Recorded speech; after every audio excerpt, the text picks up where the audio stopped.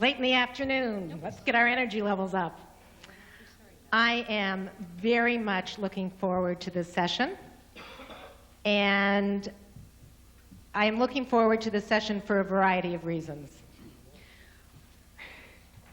Working with intermarried couples and their families has been a professional, personal, and educational focus of the last 18 and a half years of my life. Professionally, I have worked with hundreds of intermarried couples and their families. Personally, I may be one of a handful of rabbis who are intermarried to someone who has not converted to Judaism. And educationally, I did both my master's and my doctoral work on issues related to intermarriage. I wanted to tell you a couple of stories. The storytelling here today, by the way, has been wonderful. I served on the Interfaith Connection Committee for the Jewish Federation of Detroit. And one day, they brought a young person to the meeting who was going to go to a youth conclave. Actually, it was a couple who was going to attend a youth conclave and talk to the teenagers about intermarriage. There was such a passionate upheaval of concern, disdain, fear that resulted from that information that after the people left, one person on the committee said, "There is not one person in this room that wouldn't wish an end to intermarriage."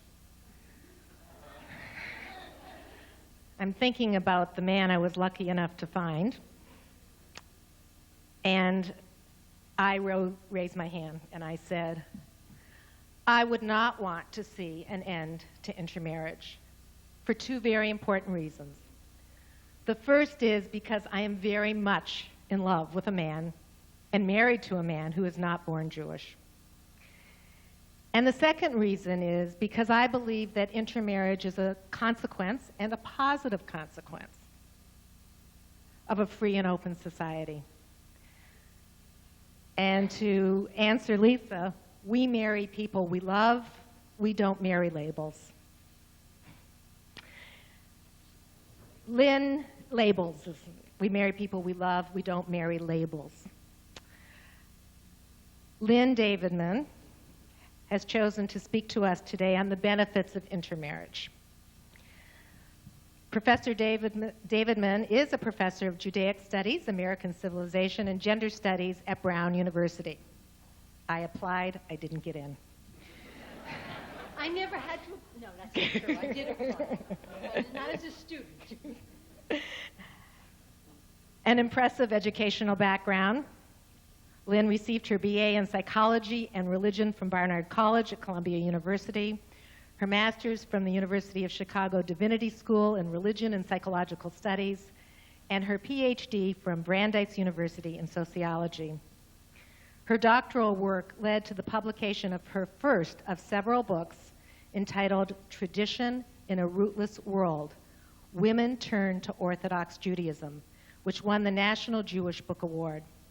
She has also co-edited a volume on feminist perspectives, which is out on the book table. And her most recent volume is a book called Mother Loss, published coincidentally in 2000, the year that my own mother died. Her current work is an investigation of Orthodox women who leave Orthodoxy. Pardon? And men. Orthodox women and men who leave Orthodoxy, something very close to her heart. Professor Davidman has received numerous grants and fellowships to study contemporary Jewish life, and particularly Jewish women. She has published widely and given many lectures in her field. Her educational study and publishing credits indicate a woman who is serious, methodical, and energetic in her work.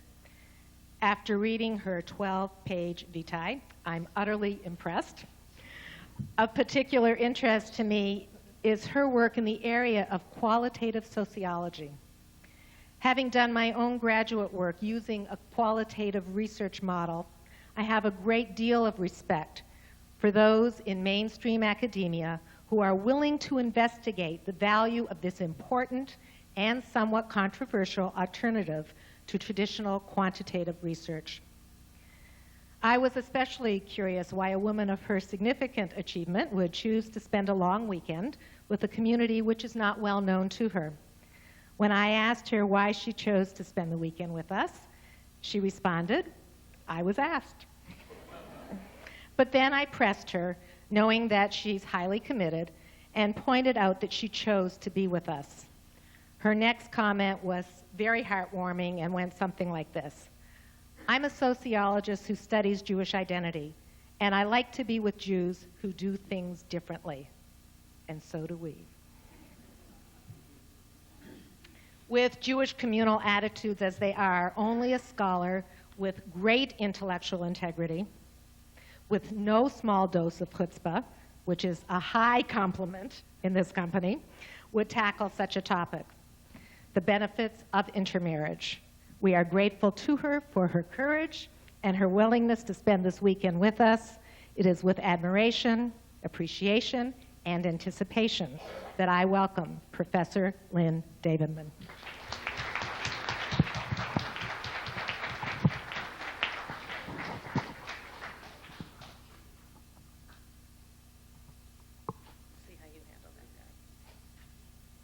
That was one of the most heartwarming introductions I've ever received. Thank you. A funny thing happened along my way to this conference, and I don't mean during my travel on Thursday. Last spring, Sherwin and I had decided on a particular topic for my paper, which was reflected in the title that originally went out for my talk, Jewish Survival in an Open Society. In the interim, unfortunately, Egon Mayer became unable to attend this conference. And so 2 weeks ago yesterday, Sherwin and I had a conversation in which we agreed that I would need to entirely change the focus of my paper. Feeling punchy, as well as gutsy, about writing a new paper in such a short time, I quickly threw out a title, the one that's now on your program: The Benefits of Intermarriage. In the intervening 2 weeks, however, as I worked on the paper, it grew into something else. Life is a journey. And the paper that I'm delivering today is the one that's on the title of this piece of paper, and it's called Children of Intermarriage: Identity Choices or Genetics. Given my craft as a qualitative sociologist who works from the ground up, from my data to theory, I felt that I would not really be able to answer the grand, major, widespread scale of the benefits of intermarriage for a community. Instead, I'm trained to work with individuals.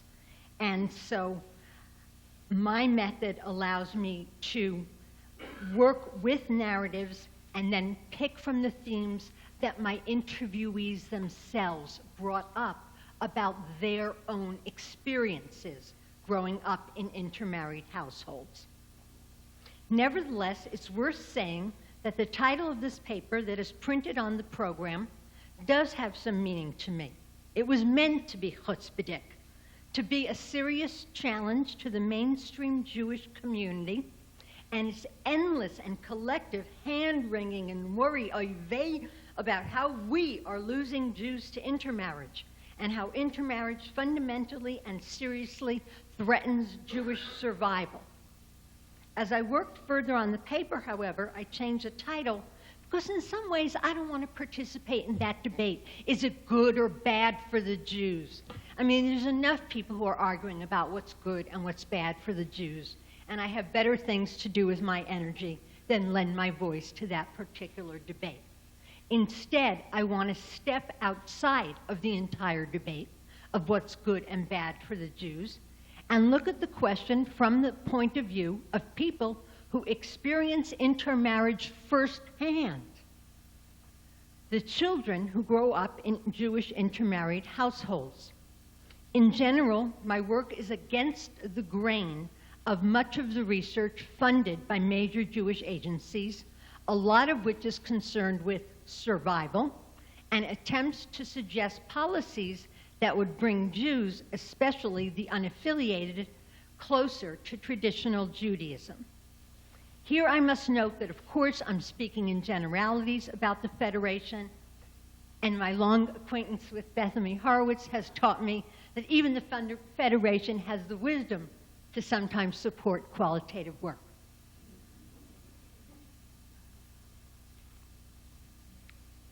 I believe that the prophets of doom, who are certain that intermarriage will lead to Jewish decline, may not have enough solid empirical bases for their predictions because there are almost no actual studies of adults who have grown up in intermarried families. Most research focuses on the couple itself or on the household rather than directly on the offspring. Further, the studies that exist are generally based on quantitative statistical data derived from surveys in which people are given forced choice questions. Surveys as a research instrument generally cannot get at the subtleties of the processes through which individuals construct identities for themselves and the meanings these identities have for them. Further, data collected in survey form is generally presented in numerical forms, such as the recent NJP's claim that among children of intermarriage, only 30% identify as Jewish. This statistic does not tell us about people who consider themselves half Jewish and who do practice Jewish rituals in their homes and who want to pass on to their children some sense of Jewish heritage. This category simply does not exist in the survey. Nor is the survey really equipped to tell us the meanings to themselves of how people make their identifications. My research takes us, and here I'm glad to be following Bethany, into the micro world of individuals' stories about their lives. In contrast to many of the papers we heard so far, particularly yesterday, which have dealt with historically large topics, my paper is not going to be large scale. It's not going to answer momentous questions. But instead, it's going to tell you the stories of a few children of Jewish intermarriage. While I believe that both statistical and qualitative approaches are needed, my craft is to work with in-depth interviews, which have the advantage of allowing us to learn much more about the subtleties of how people construct their identities and the ways my respondents tell narratives about how they blend in individual creative ways the various aspects of their background to form new ways of enacting multiple identities. The construction of identities out of varying combinations is an increasing phenomenon in this society, and even the new census allows people to indicate more than one membership.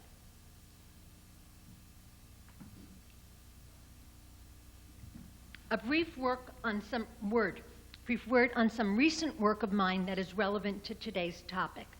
In my earlier study of unsynagogued Jews, as in my current study, rather than starting from the premise that my work should help policymakers figure out how to bring unaffiliated Jews closer to Judaism, I started from an entirely different perspective, which, as you gather, asks more, who are these people and in what ways, if any, do they construct identities for themselves as Jews?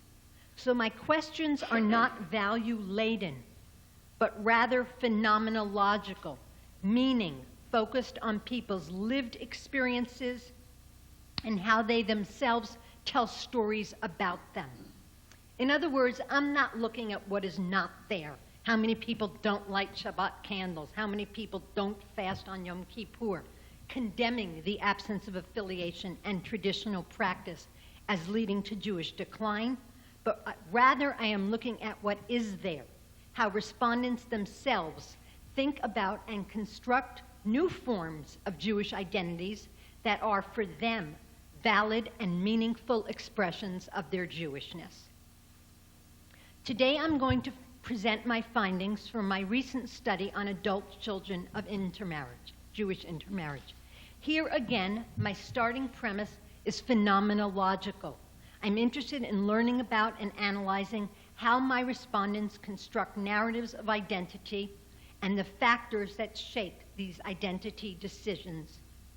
The central focus of this paper is to examine how and whether people who grow up in intermarried households see their identities as something they can freely pick and choose, which is the fear of the Oy vey crowd, that they will not choose Judaism, or whether they also speak of their identities as something that is ascribed, inborn, inherent, genetic, and therefore unchangeable on some fundamental level.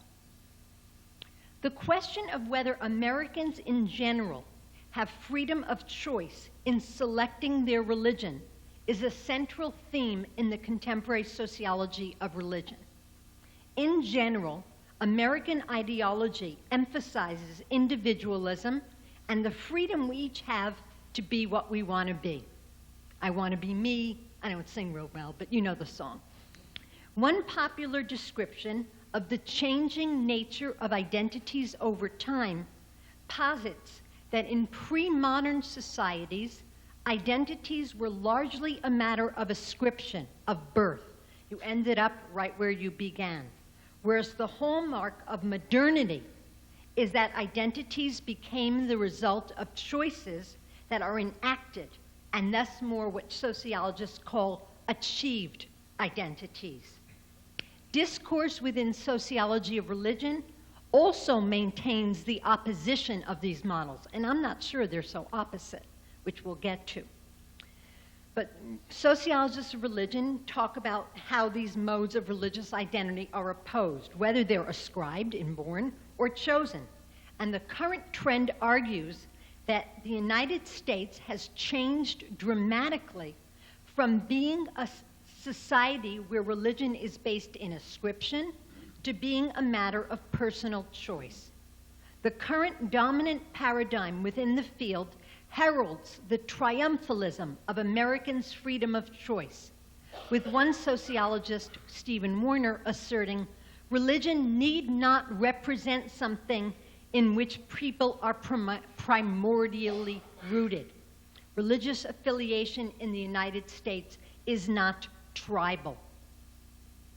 Other leading sociologists of religion, such as Wade Clark Roof and Robert Wuthnow, similarly embrace the idea of religion as a matter of free choice, when each writes about contemporary Americans as seekers who are free to pick and choose and enact their freely chosen religious commitments and identities, thereby completely escaping the limits of ascription.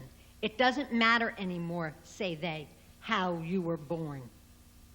Peter Berger, another leading sociologist of religion, has said that America offers a supermarket of religious alternatives in which one can be Jewish on one day, Hindu on the next, Episcopalian the following week, and then maybe a Hare Krishna, a Buddhist, or a neo-pagan. Yet,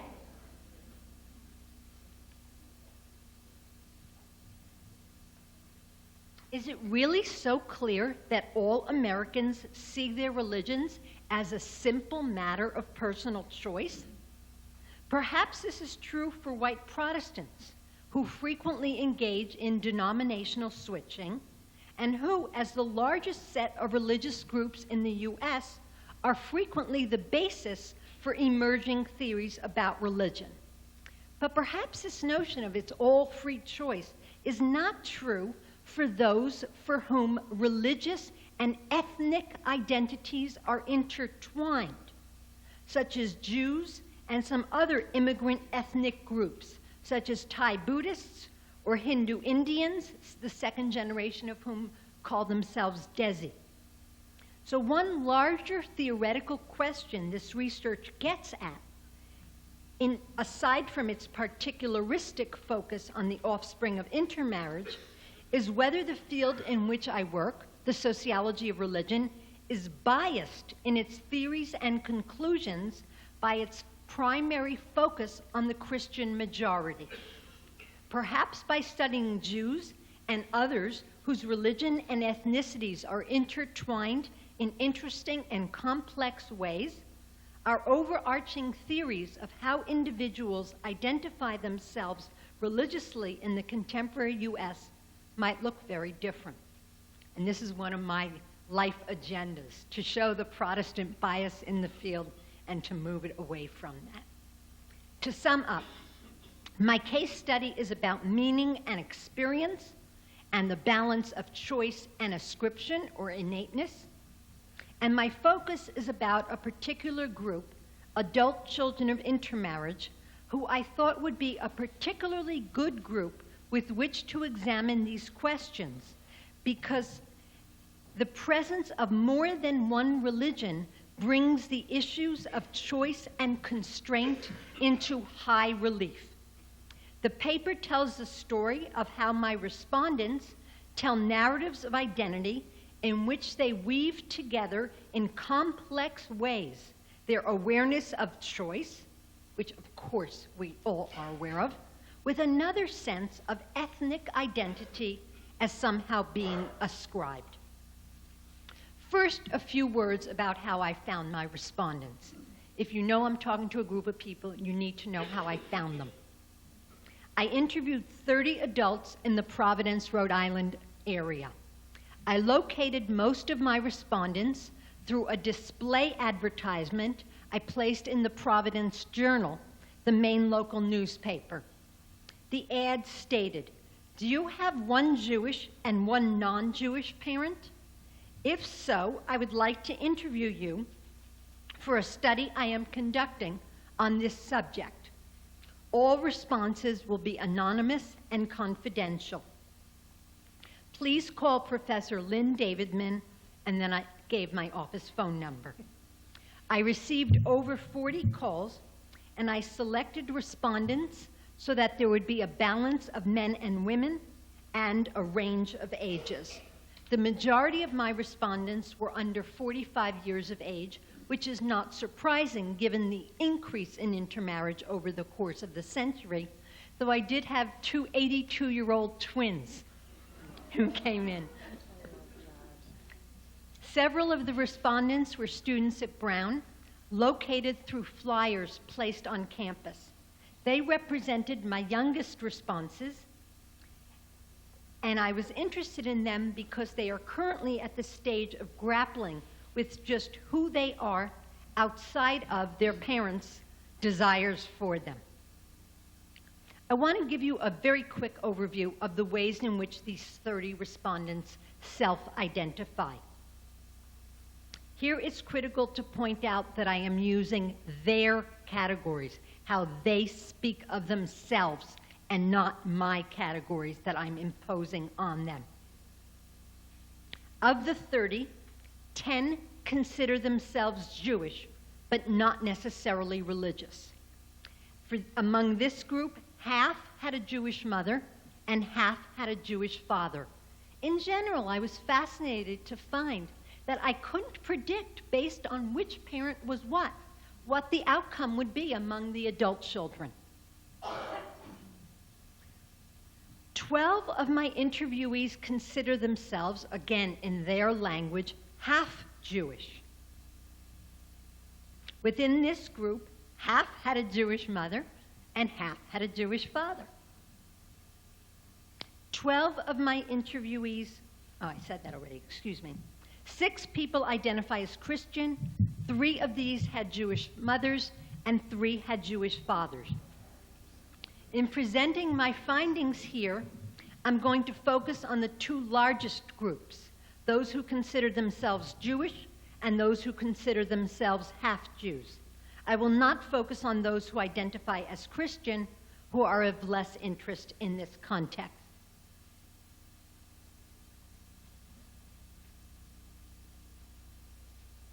For all the people in these groups, there is clearly an awareness and a self-consciousness about choice, that they, like all Americans, are not just born into a way of being that they must stay with forever, Sherwin being a perfect example of that, but that in regards to practice, belief, ritual participation, and identity, they can pick from a wide variety of available alternatives. This theme of choice was a very large one in the interviews I did, and the interviewees were consistent with the general pattern of American individualism and concept in free choice. In this paper, I want to focus on 4 people. 2 who identify as Jewish and 2 who identify as half-Jews. By focusing only on 4 people, we won't just hear little snippets from anonymous talking heads, but rather we will learn how a few real people, whose names will be given as pseudonyms, grapple with these questions in their lives. If it will help you follow me, you might want to jot down the names and how they identify, because I'm going to follow these people. Ashley is a 19-year-old college student whose mother is Jewish and whose father is a Latino Catholic. She identifies herself as Jewish, although she has an array of syncretic, by which I mean blended, practices put together from a variety of religious traditions. In contrast, Cynthia, a 45-year-old woman who teaches in a Catholic school, was born to a Catholic father and to a mother who was brought up Jewish but converted to Catholicism in order to marry her father. Cynthia was brought up Catholic and raises her own children Catholic. Nevertheless, she identifies herself as half Jewish. Her story is complex and a good case study for examining deeply the question of what actually constitutes Jewish identity and how Jewish communities make decisions about inclusion and exclusion. Michael is a 32-year-old attorney who identifies as Jewish. He was brought up by a Jewish mother and a Catholic father. The last person we'll meet is Phil, a 24-year-old Brown student who identifies as half Jewish. His parents were divorced, and he was raised jointly by his Jewish father and his Christian mother. He was one of the 2 founders of the Half Jew Club at Brown, an organization they call Jew Over 2.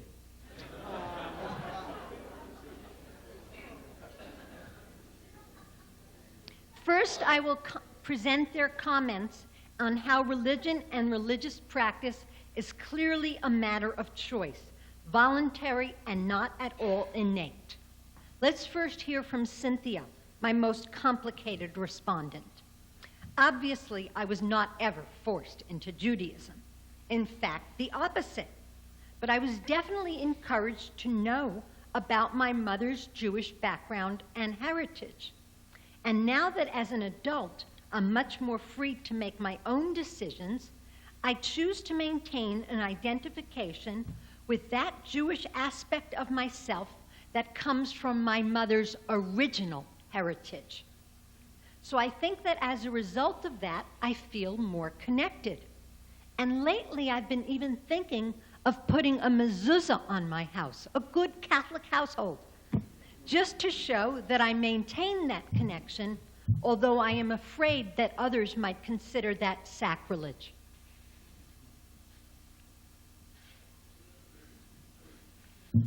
Phil, the half-Jewish college student, considers himself Jewish, but definitely sees himself as having a great deal of choice in terms of how and what he practices. He said, "I definitely consider myself Jewish, but I don't go to temple or anything like that. I think it's just a certain feeling. And I pick and choose what I do in different situations. Like, I spent 4 years in the military. That's unusual for Brown students. Right after high school. And I remember right when you go into basic training, it's a kind of culture shock. So you look for any excuse in the world to get away. So everyone suddenly becomes much more religious than they ever were. And I said, I need to go to Jewish services. And I did regularly for 4 years. But I've never gone to services since. He continued, I think that matrilineal descent, biology, made sense a long time ago when the father was not necessarily known. But the fact is that although the Orthodox, and even some conservatives, won't accept as Jewish someone if their father rather than their mother is Jewish, I think that's unfair. I think that if you choose to identify with one of your parents' religion over the other parents, then that should be your decision. And you should not be excluded because of which parent happened to be the Jewish one. He continued, when I was growing up, I really enjoyed the variety. And this is one of the benefits. I spent Hanukkah with my father and my grandparents, and Passover, Rosh Hashanah, and Yom Kippur. But I also spent Christmas and Easter with my mother and her family. And I loved having so many celebrations. And the freedom I had to choose how I want to identify and what I want to do. I feel very comfortable as a Jew, even though I still see my mother on the Christian holidays. I have a menorah in my own house that I liked. I think that having both religions in my background has given my life a richness that I would not otherwise have had. In these remarks, Bill illustrates the idea that religion in contemporary America is indeed the supermarket of religious alternatives that sociologist Peter Berger spoke of. Ashley, the female college student, also expresses satisfaction with the wealth of options growing up in an intermarried household offered her. For her, growing up with 2 religions has allowed her total freedom to choose. She does not limit herself to one dimension of identity or one religion. Even as she clearly identifies as Jewish, for example, she's a serious student of Buddhism. She said, I would say culturally I identify with Judaism, but religiously I identify with Buddhism. And no, I never felt like I had to choose between one or the other, because I learned early on that you can do more than one thing. And I don't want my kids to really strongly, narrowly identify with Judaism, though I want them to be Jewish, because I feel that not having to limit myself has worked out well for me. I have a larger sort of base from which to work. Michael, who identifies as Jewish, is a man who has consistently had a sense of pick and choose when it comes to his religious practices. He describes how when he was younger, he celebrated Jewish holidays with his family, and he has very warm and fond memories from these gatherings. As a young adult, however, religious rituals held no interest for him. Right now, though, he has a 3-year-old son. So he plans, as the child gets older and other children are hopefully born, to raise them as he himself was raised. They will be required to attend Hebrew school until they are bar bat mitzvah, and he even would like them to raise their children Jewish. He now hopes, as he said, to find myself reacquainted with celebrating the holidays I enjoyed so much when I was younger. You kind of do it for the kids. It's fun because they're really enjoying it, and you want to convey to them the Jewish faith and that they should be proud to be Jewish. Until now, my wife and I have really not practiced at all. An interesting element of this aspect of choice, as discussed by my respondents, is that children of intermarriage, at least adult children, largely do not feel that they have been denied one clear identity, but rather that they have benefited, learned, and been broadened by their exposure to more than one religion and culture. They have a sense of pride about it because they fit in with the broader American pattern of individualism and choice, and they don't have to feel other in the larger society or that they stand out from other Americans.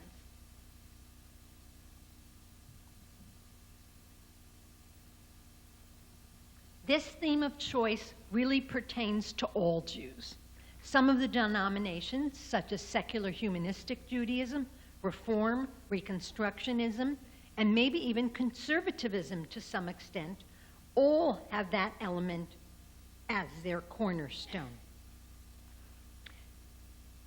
Other studies similarly illustrate how central the concept of religion as individually constructed and chosen is for Jews as it is for other Americans. In Stephen Cohn's and Arnold Eisen's recent book, The Jew Within, which was based on interviews with what they call moderately affiliated Jews, but in fact 2/3 of these belong to synagogues. I'm not sure I consider that moderately affiliated. They argue that their interviewees take pride in seeing themselves just like other Americans, free to choose from all available options how they enact their Jewish identities. So in these ways, it's not so obvious that the children of intermarriage are so noticeably different from other American Jews, many of whom, even as they pick and choose, tenaciously find ways of holding on to some kind of Jewish identity. There's an interesting twist in all these studies, however, including the present. Although the people interviewed by Cohn and Eisen, by me in my study of unsynagogued Jews, and in my current study, all of these respondents are emphatic that their Jewishness and its expression is a matter of free choice. They also speak this other, seemingly contradictory language, that Jewishness is inborn, unchangeable, biological, and even a genetic aspect of their identities. This language of ascription highlights tribalism, ethnicity, and biology so strongly that some respondents, as you'll see, even use the highly controversial language of race. Cohn and Eisen themselves noted this interesting combination of tribalism and choice, but they did not interrogate what that might mean. So I took up where they left off. Here we first turn to Cynthia, whose claim to a half-Jewish identity, given that her mother actually converted to Catholicism before she married, it's clearly a choice for Cynthia. But even she speaks about having an inborn heritage that she wants to pass on to her children. Cynthia is someone who, if I had really asked her a lot of questions in our first phone interview, which wasn't my practice to try to eliminate people by asking questions, I figured if people were responding to my ad, then they had one Jewish and one non-Jewish parent. I probably wouldn't have chosen to interview Cynthia because her mother became a Catholic and she was raised Catholic. But when we met, she told me that although her mother was brought up Jewish and she converted to Catholicism, she herself still carries a sense of Jewish identification. I was curious then why she'd called me, since it seemed that given she was raising her children Catholic, she was clearly Catholic. She said, well, I know in a Jewish family, the children usually follow the mother's religion. And even though she's converted, my mother's heritage and her genetic makeup are still Jewish. So obviously, I have Jewish genes too. So are we talking about the nationality? Are we talking about the religion? Are we talking about the culture, the heritage? I myself consider it all of the above. I embrace that. And I have actually sought out Jewish friends to learn Jewish history and tradition. So I will always consider myself half Jewish and half Italian, since my father was Italian. In response to my question of what dimension of Jewishness she's actually referring to here, she said she means ethnically, which is precisely the way many contemporary Jews, especially the majority of whom are unaffiliated, think of the nature of their being Jewish. From Cynthia's unusual case, we can see that biology and genetics is clearly an influence in many people's self-construction as Jews. Many of my respondents, in seeking firm biological grounding, spoke of laws of contrast to Phil, who has chewed them, spoke of the laws of matrilineal descent as very important to their Jewish identification.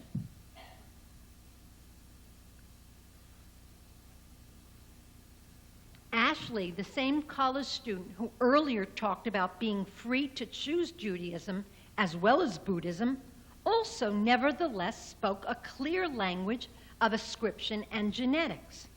Her mother's Jewish identity for her was a key factor. Although Ashley does not believe in or follow the religious laws, the Jewishness of her mother, for her, authenticates her claim to a strong Jewish identity.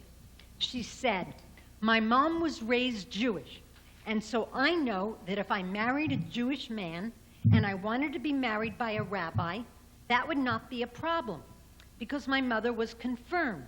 She comes from a long line of Jewish people, religiously Jewish people. And even though I myself am secular and not religious, my mother is Jewish, so I'm technically Jewish in the eyes of the tradition." In fact, Ashley was one of the students who raised the question of race in an interesting way. She said, "I don't know if there's any genetic evidence that proves this, but I just intrinsically feel that Jews are not white for some reason, even though we look white."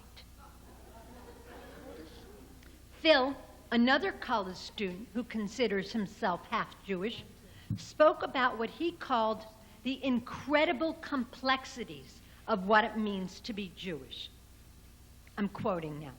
"Ethnically, genetically, these components clearly exist. Like, think of how certain diseases are most common among Jews. So it may not be exactly a race, but he brings up the term, but definitely a people that has been isolated, more isolated than many other groups. The whole question of Jews, whiteness, multiculturalism, and race is a highly complex one, which Bethany referred to earlier, and I know that David will be addressing tomorrow. So I won't take the time, of which I don't have much left, to get into that here, but I want to point out that it came up in these interviews, and maybe it will come up in the discussion following my talk. Michael, the attorney who was raised to be Jewish by his mother and who plans to practice more when his child gets over, so here he is picking and choosing, nevertheless also emphasized the biologically inherent nature of his Jewishness. He said, "One does not have to practice to be Jewish. Then what makes somebody Jewish? The best answer is birth. I would say that if you're born into a Jewish family, whoever the parent is, that's what makes you Jewish. I have a close friend who converted, and I say, is she Jewish? Well, technically she is, but do I really consider her Jewish? No. I look at being Jewish more as a birthright. So we say we have someone who's born into a Jewish family, who doesn't really practice, does not go to temple, was never even bar mitzvahed. And then on the other side, you can have someone, say, who was raised Catholic and who converted and even had a belated bar mitzvah and engages in many traditional practices. I would still consider the person who's not practicing, who was born into the Jewish faith, more of a Jew than the person who converted." I think it just goes deeper than whether you're a practicing Jew or a non-practicing Jew. It's in your blood, really, and there's no way to get around that.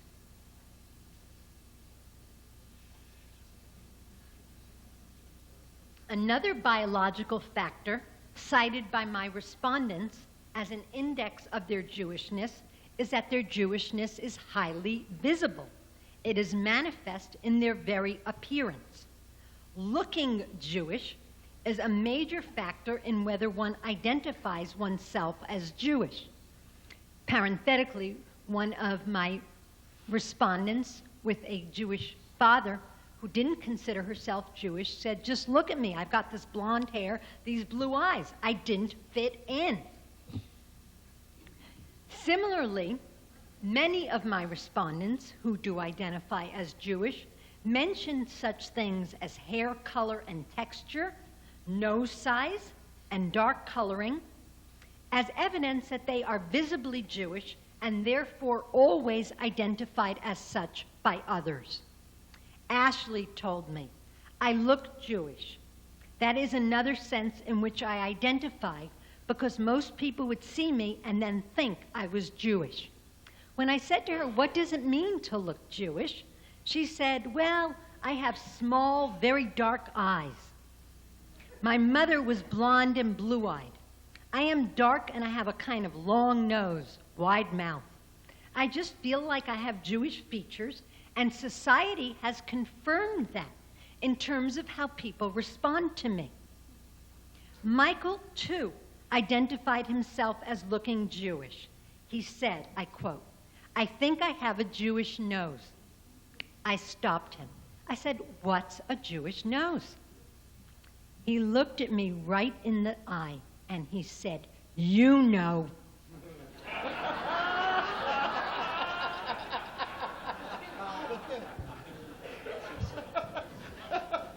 Here I avoided my inclination to touch my face, checking out my nose. He continued, "I mean, don't we all?" Meaning all Jews. "And I have the good bridge up here, and beyond that, I think I have other features that are Jewish. I mean, I have the kind of dark, brown, coarse and curly hair and relatively dark skin. I don't know what my pale skin says about my identity, but my nose must speak something." Many other respondents identified these exact same traits as marking them as Jewish: large noses, dark curly hair, and dark eyes. The physical traits that my respondents felt marked them as Jewish are strangely reminiscent of the language used by the dominant Anglo-Saxons in the 19th century to argue that Jews indeed are different, both in looks and therefore in personality traits, and therefore shouldn't be given full rights as Americans. Given how hard Jews have worked to be included as white, and therefore able to move up the economic ladder, my respondents' emphasis on looking Jewish is particularly interesting. It is a way that they express their sense that Jewishness is biological and genetic, so that a particular Jewish look gets passed down through the generations and shapes Jewish identification by self and by others. This language of ascription of what we were born with and how it manifests in our looks easily slides down the slippery slope of genetics, of biological innateness, and thus veers towards notion of race, which, although notions of any scientific evidence of base have been clearly disproven, race basically means biological features that identify one as belonging to a group. And here my respondents were very comfortable with that sort of discourse. For example, Michael clearly used the language of race without any hesitation. "I think Judaism is a religion, a culture, a heritage, and even a race. Like if you have to fill out forms and you see Caucasian, Asian, African, Latino, or other, depending on what the application was for, I might check other and then write in Jew. So I guess overall, I definitely think it's a race. Given this use of racialized language, it is interesting that the Holocaust also is a factor in people's claims that their Jewishness is genetic. Cynthia referred, and remember, Cynthia's our complicated person. She referred to this historical event as another factor that reinforces her sense that she's partly Jewish. She told me, I know that when Hitler came, even if you just had 1/8 or 1/16 part Jewish blood in you, off you went. And half of my blood is Jewish. So I don't want to sound crazy or like I'm exaggerating, but you never know when the anti-Semites might be just around the corner. And you never know when you're going to encounter it. So you'd better be careful and don't forget. If I had been born in Europe, I wouldn't be here today. I'd be dead. So how can I ignore that part of my identity? I would do so at my own peril. Similarly, Phil linked the Holocaust and Jewish survival in his sense of commitment to being Jewish. In my sensibility, there is the Holocaust, there's the Inquisition, there's ideas that people died for so that I could be what I am. So therefore, there's an obligation to identifying with the idea of a people or ethnic or racial or religious or whatever kind of group you want to call it. But you're all part of this people, this tribe. You were born into it. And every time I hear or read something about anti-Semitism, it strengthens my views and my desire to stand up and say, hey, I'm Jewish. Anti-Semitism was mentioned by at least a third of my respondents as a factor that leads them to feel strongly about their Jewish identities.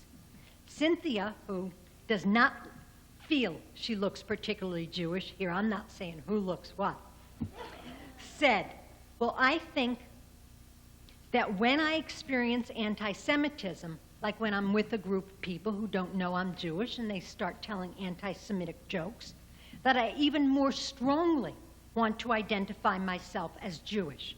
Like people don't think I'm Jewish when they look at me, and then they start to make anti-Semitic remarks.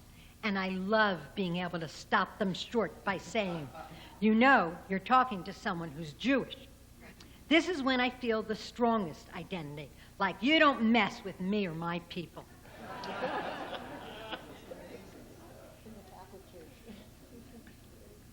In conclusion, I think that this concomitance of discourses of choice and of ascription might demonstrate ways that Jews and other ethnic religious groups might be different from white Protestants, and that sociologists of religion need to pay attention to who gets included in the sweeping generalizations they make about religious identity in contemporary society. This is new research for me. Although the interviews were collected last year, this is the first time I'm presenting this data. So at this point, I still have many more questions than answers. Thus, I want to open the discussion up to ask how this material showing these seeming contradictions helps us think about American Judaism in general. As a group, we have worked hard to be included and are proud to seem like other Americans in terms of our ability to choose religious identities and practices. And yet many of us also feel that we're Jewish because we were born that way, because we are. I know this is a question, in the case of intermarriage, we see this question highlighted in particular. But I know that I myself grapple with this question, as do many of my academic Jewish friends. Having grown up Orthodox and now being a secular Jew, whereas my two brothers remain Orthodox, I'm clearly aware of the profound element of choice in how I've constructed my life. Yet I am also clearly and tenaciously Jewish. I write about Jews, I study Jews, I love Jewish songs. and half my appointment at Brown is in the Judaic Studies department.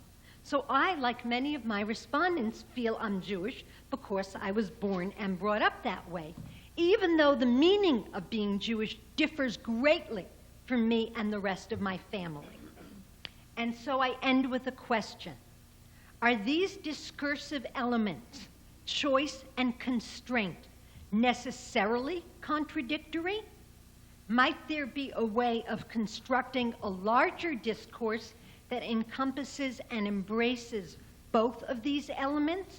How do my colleagues up here, as well as people in this community, think of these questions? Thank you.